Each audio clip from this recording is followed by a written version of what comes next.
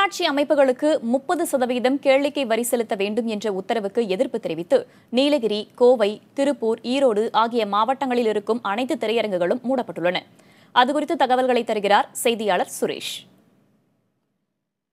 ஜூலை 1ஆம் தேதி முதல் ஒரே நாடு ஒரே வரி என்ற அடிப்படையில் ஜிஎஸ்டி வரியானது நாடு முழுவதும் அமல்படுத்தப்பட்டது. இதில் திரையரங்குகளுக்கான டிக்கெட்டுகளுக்கு 100 ரூபாய் குறைவாக உள்ள டிக்கெட்டுகளுக்கு 18% ஜிஎஸ்டி வரி என்றும், 100 ரூபாய்க்கு அதிகம் உள்ள டிக்கெட்டுகளுக்கு 28% வரை ஜிஎஸ்டி வரி இருக்கிறது என்றும் மத்திய அரசு அறிவித்திருந்தது. இந்த நிலையில் தமிழக அரசு சார்பிலும் கேளிக்கை வரியானது 30% வரை உள்ளாட்சி அமைப்புகளானது வரியை விதிக்கும் என்ற ஒரு அறிவிப்பை வெளியிட்டிருக்கிறது.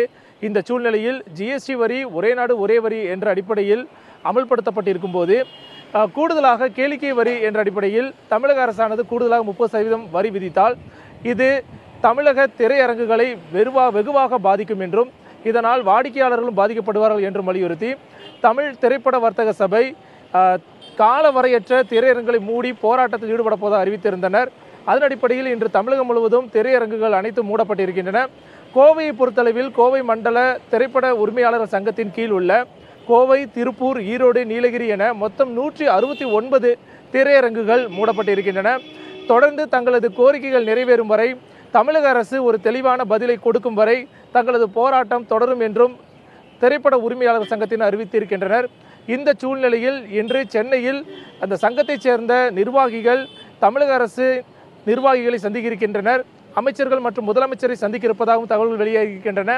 இந்த சூழ்நிலையில் தமிழக அரசு சார்பில் ஒரு தெளிவான பதில் கிடைக்கும் வரை தங்களது போராட்டம் தொடரும் என்ற அடிப்படையிலேயே அவர்கள் தொடர்ந்து தற்பொழுது காலவரையற்ற போராட்டத்தில் ஈடுபட்டு வருகின்றனர். புதிய தலைமுறைக்காக கோவையிலிருந்து ஒளிப்பதிவாளர் தீபனுடன் சுரேஷ்குமார்.